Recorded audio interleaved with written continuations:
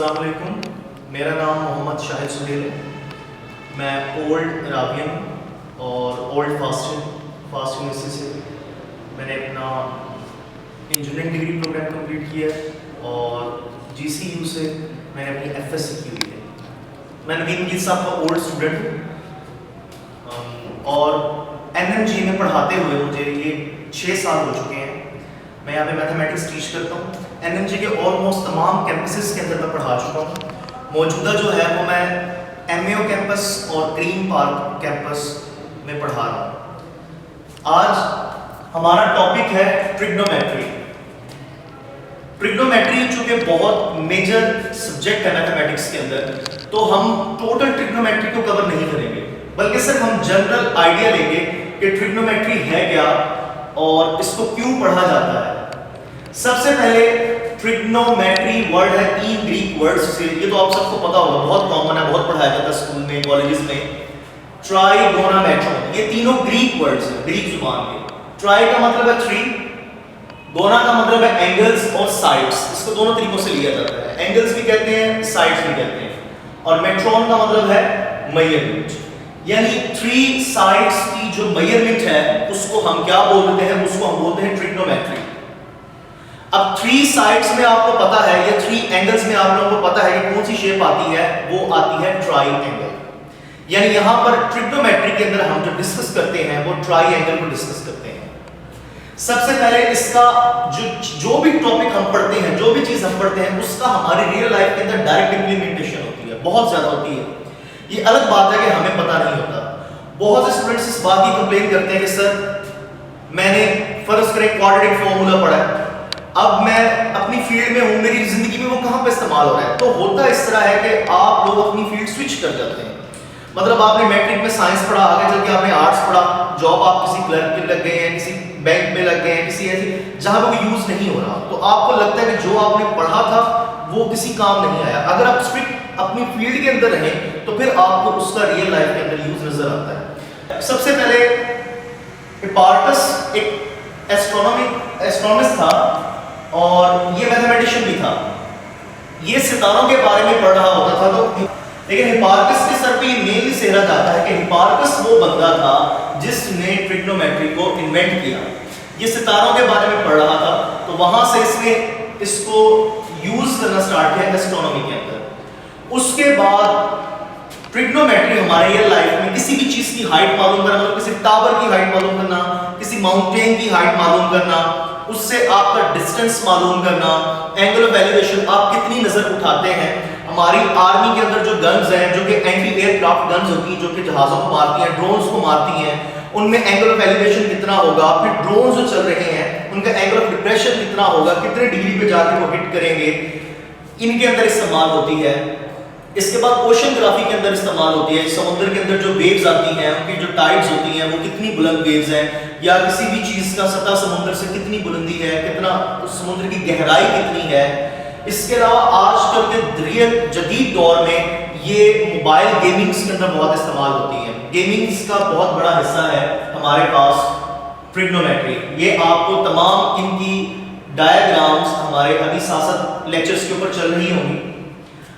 उसके बाद early use and invention, जिस तरह के पहले बता दिया गया है, हिप्पार्कस ने इसको सबसे पहले यूज किया था, इसी ने इन्वेंट किया था। हिप्पार्कस वो बंदा है जिसने पहली दफा सर्कल को 360 हिस्सों में डिवाइड किया था, जो कि आज तक हम पढ़ रहे हैं।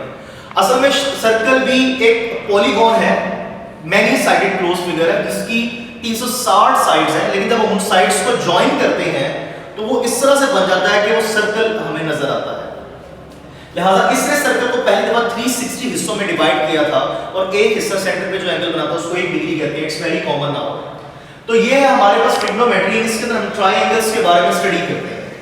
ठीक है, अब ट्राइंगल्स के बारे में स्टडी करने के बाद सबसे पहले हमें पता होना चाहिए टाइप्स ऑफ ट्राइंगल। हम कहीं पे भी जाते हैं, हमारा जो FSc का या मैट्रिक की हमारा जो सिलेबस है उसके अंदर जब हम जाते हैं, हम ट्राइंगल्स की टाइप्स देखते हैं, तो ट्राइंगल्स की types equilateral, isosceles, right, mix लिखी होती है। आपसे कोई भी ट्राइंगल की टाइप पूछे, आपका जो पहला क्वेश्चन होना चाहिए वो ये होना चाहिए कि आप ट्राइंगल की टाइप किसके लिहाज से पूछ रहे हैं, क्योंकि ट्राइंगल में 2 चीजें हैं, एक साइड्स है और एक एंगल्स है। आप जो मेरे से टाइप से पूछ रहे हैं वो किसके लिहाज से पूछ रहे हैं। तो ये पहला क्वेश्चन होना चाहिए आपको, जो कि बहुत कॉमन है, और इनके अंदर डिफरेंस है। तो पहले हम आते हैं साइड्स के लिहाज से। साइड्स के लिहाज से पहले आती है इक्विलेटरल ट्राइंगल। ठीक है, इनकी डायग्राम हमारे वीडियो लेक्चर्स में आपके साथ साथ चल रही होगी। इक्विलेटरल ट्राइंगल वो ट्राइंगल होती है जिसकी तीनों साइड्स बराबर होती हैं और इसको तीनों एंगल्स भी बराबर होते हैं, लेकिन हम साइड्स के लिहाज से बात कर रहे हैं, लिहाजा हम बात करेंगे इक्विलेटरल ट्राइंगल वो ट्राइंगल है जिसकी तीनों साइड्स बराबर होती हैं। उसके बाद हमारे पास आ जाती है आइसोसेलेस ट्राइंगल। आइसोसेलेस ट्राइंगल वो ट्राइंगल होती है जिसकी दो साइड्स इक्वल होती हैं। और उसके बाद थर्ड नंबर पे स्केलिंग ट्राइंगल, ये वो ट्राइंगल होती है जिसकी तीनों साइड्स डिफरेंट होती हैं, वो आपस में इक्वल नहीं होती। इनकी डायग्राम आप लोग साथ साथ देख रहे हैं। ये तीन टाइप्स जो है ट्राइंगल की, ये साइड्स के लिहाज से। फिर तीन टाइप्स आती हैं एंगल्स के लिहाज से। अब एंगल्स में जो सबसे ज्यादा कॉमनली पढ़ी जाती है वो राइट एंगल ट्राइंगल, जिसके अंदर थीटा 90 डिग्री होता है। इसके बाद हमारे पास आती है एक्यूट ट्राइंगल, जिसके अंदर थीटा 90 डिग्री से स्मॉल होता है। और उसके बाद ये ऑब्ट्यूज ट्राइंगल, जिसके अंदर थीटा 90 डिग्री से बड़ा होता है। ये तीन टाइप्स एंगल्स के लिहाज से हैं, ये तीन टाइप्स साइड्स के लिहाज से हैं। इन दोनों साइड्स को अगर हम बेसिकली कैटेगरी करें, जो हमारे फर्स्ट ईयर में उन्होंने सिलेबस के अंदर किया हुआ है, वो ये किया हुआ है कि हमारे पास ट्राइंगल की दो टाइप्स उसने मेजरली दे दी हैं। एक जिसमें थीटा 90 डिग्री है और एक जिसमें थीटा 90 डिग्री नहीं है। जिसमें थीटा 90 डिग्री है उसमें राइट आती है, राइट ट्राइंगल आती है। जिसमें थीटा 90 डिग्री नहीं है उसमें एक्यूट और ऑब्ट्यूज आती है, क्योंकि इनमें ग्रेटर और लेस है बट इक्वल नहीं है। तो इन दोनों को मिला के नाम दे दिया गया है ऑब्लीक ट्राइंगल्स, यानी ऐसी ट्राइंगल्स जिनके अंदर थीटा 90 डिग्री नहीं होता। इसके बाद हमारा जो अगला टॉपिक है वो है ट्रिग्नोमेट्रिक रेशियोज। अच्छा, ये टॉपिक आप में से बहुत से लोगों को पता होगा, लेकिन इसकी जनरल बात ये, किसी बच्चे से पूछेगा कि ट्रिग्नोमेट्रिक रेशियो क्या है, वो फौरन बता देगा sin theta cos theta tan theta. But अगर उससे इस लफ्ज का मतलब पूछो ना कि ट्रिग्नोमेट्रिक रेशियोज का मतलब क्या है, तो वो बहुत से लोगों को नहीं पता होता। ट्रिग्नोमेट्रिक रेशियो, अच्छा इसमें हम कोई भी ट्राइंगल डिस्कस कर सकते हैं, बट रेशियोज के लिए हम नॉर्मली जनरलाइज वे है, एक जनरल कन्वेंशन है कि हम राइट ट्राइंगल को यूज करते हैं। राइट ट्राइंगल के अंदर एक बेस होती है, एक परपेंडिकुलर होता है, एक हाइपोटेन्यूज होता है। अगर मैं इनकी दो साइड्स को डिवाइड करूं, that is called ratio. Any two side को अगर मैं डिवाइड करूं तो वो रेशियो कहलाएगी। अब तीन साइड्स हैं, इनको मैं कितने कॉम्बिनेशन बनेंगे इनको डिवाइड करने के? इनको डिवाइड करने के 6 कॉम्बिनेशन बनते हैं। ठीक है, हाइपोटेन्यूज, परपेंडिकुलर और बेस को अगर डिवाइड करें, सबसे पहले जो हमें नॉर्मल स्कूल में सिखाया perpendicular over hypotenuse, perpendicular over hypotenuse. Secondly हमें क्या दिया जाता है? बेस ओवर हाइपोटेन्यूज, हमने डिवाइड किया बेस ओवर हाइपोटेन्यूज। उसके बाद हमें है परपेंडिकुलर ओवर बेस और परपेंडिकुलर ओवर बेस। इनको फिर नाम दे दिया गया है sin theta cos theta tan theta. तो ये सिर्फ इनके नाम को एक्सप्लेन कर रहा है कि क्यों sin थीटा cos और tan थीटा ट्रिग्नोमेट्रिक रेशियोज हैं। ये ट्रिग्नोमेट्रिक रेशियोज इसलिए हैं क्योंकि ये ट्रिग्नोमेट्री की साइड्स को डिवाइड करने से आती हैं, ट्रायंगल की साइड्स को डिवाइड करने से आती हैं, इसीलिए इनको क्या कहा जाता है? ट्रिग्नोमेट्रिक रेशियोज कहा जाता है। अब यहां से एक और क्वेश्चन हमारे पास जो है वो रेज होता है कि क्या हम सिर्फ इसी को डिवाइड कर सकते हैं? सर क्या हम परपेंडिकुलर हाइपोटेन्यूज को करेंगे? अगर मैं हाइपोटेन्यूज ऊपर कर दूं, परपेंडिकुलर नीचे कर दूं, फिर यहां पे अगर मैं हाइपोटेन्यूज ऊपर कर दूं, बेस नीचे कर दूं, दैट इज आल्सो पॉसिबल। अगर हम इसका रेसिप्रोकल लेंगे तो राइट हैंड साइड का भी रेसिप्रोकल हो जाएगा, तो ये भी ट्रिग्नोमेट्रिक रेशियोज है। तो टोटल ट्रिग्नोमेट्रिक रेशियोज 6 होती हैं, 3 यहां पर और 3 यहां पर। लेकिन अगर आप लोगों से पूछ जाए इनवर्स ट्रिग्नोमेट्रिक रेशियोज कितनी होती हैं या रेसिप्रोकल ट्रिग्नोमेट्रिक रेशियोज कितनी होती है, तो 3 होती हैं। अब इसका हमने रेसिप्रोकल लिया तो बना 1 ओवर sin थीटा, क्योंकि रेसिप्रोकल है 1 ओवर cos का 1 ओवर tan थीटा। अब ये तो कोई आइडेंटिटी नहीं है कि सिंपल वाले sin cos tan है, रेसिप्रोकल वाले 1 over sin 1 over cos 1 over tan है। लिहाजा इनकी भी कोई शिनाख्त होनी चाहिए, इनकी भी कोई नाम होना चाहिए, इनकी पहचान होनी चाहिए। लिहाजा इनका 1 ओवर sin थीटा को हमने बोल दिया कोसेकेंट थीटा, ये इसको नाम दे दिया गया है कि हाइपोटेन्यूज से परपेंडिकुलर को आप डिवाइड करेंगे कोसेकेंट आएगा, और जब परपेंडिकुलर और हाइपोटेन्यूज को डिवाइड करेंगे तो sin आएगा। इसके बाद हाइपोटेन्यूज ओवर बेस को हमने ये जो 1 ओवर cos थीटा है उसको बोल दिया सेकेंट थीटा, और 1 ओवर tan थीटा को हमने क्या बोल दिया है? cot theta.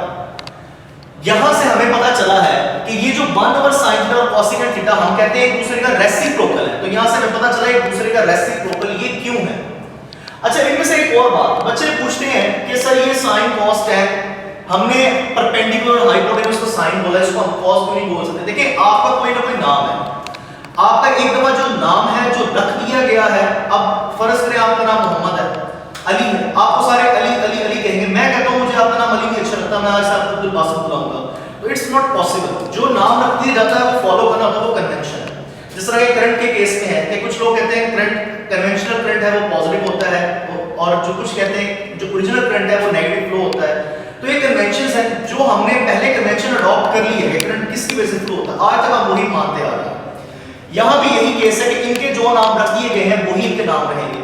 अब मोस्टली जो मैथमेटिशियंस होते हैं, साइंटिस्ट होते हैं, वो ये चाहते हैं कि उनके नाम के ऊपर उनका नाम जिंदा रहे, तो वो मोस्टली चीजें अपने नाम पे रख जाते हैं। जैसे न्यूटन ने फोर्स की यूनिट अपने नाम पे रख दिया, पास्कल ने प्रेशर का यूनिट अपने नाम पे रख दिया, क्यों?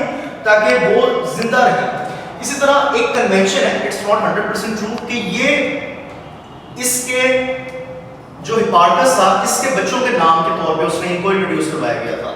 और यहां पर ये sin थीटा cos है tan थीटा, ये जो हमारे पास है ये ट्रिग्नोमेट्रिक रेशियोज जो है ये यूज कहां पर होती हैं? ये हमारे पास एंगल मालूम करने के लिए यूज होती है। तो ये एक जनरल सा कॉन्सेप्ट है हमारे पास ट्रिग्नोमेट्री का। तो यहां पर हम इसका यूज देखते हैं रियल लाइफ के अंदर, जिस तरह के अभी हमारी एनिमेशन वीडियो चलेगी उसमें आपको दिखाया जाएगा। हमारी रियल लाइफ के अंदर बहुत सारे यूजेस हैं, जिनमें से एक यूज़ हमारा आपके सामने स्क्रीन पर मौजूद है कि किसी भी पहाड़ की किसकी बुलंदी या हाइट मालूम करना। अगर हमें अपना पहाड़ के साथ डिस्टेंस, माउंटेन से डिस्टेंस मालूम हो तो हम उसकी हाइट मालूम कर सकते हैं कि वो कितना बुलंद है। इसी तरह इसके और बहुत सारे यूजेस हैं मॉडर्न डे लाइफ के अंदर। ये गेम्स, मोबाइल एप्लीकेशंस के अंदर इस्तेमाल हो रहा है। इसके अलावा इसके बहुत से यूजेस में से एक यूज़ ये है, किसी भी बिल्डिंग की अगर हमने हाइट मालूम करनी हो तो वो हम ट्रिग्नोमेट्री की मदद से मालूम कर सकते हैं।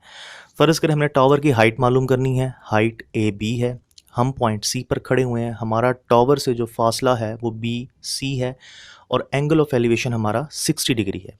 तो हमने क्या मालूम करना है? AB के टावर की हाइट कितनी है। जैसा कि हम जानते हैं कि tan थीटा क्या होता है? Perpendicular over base.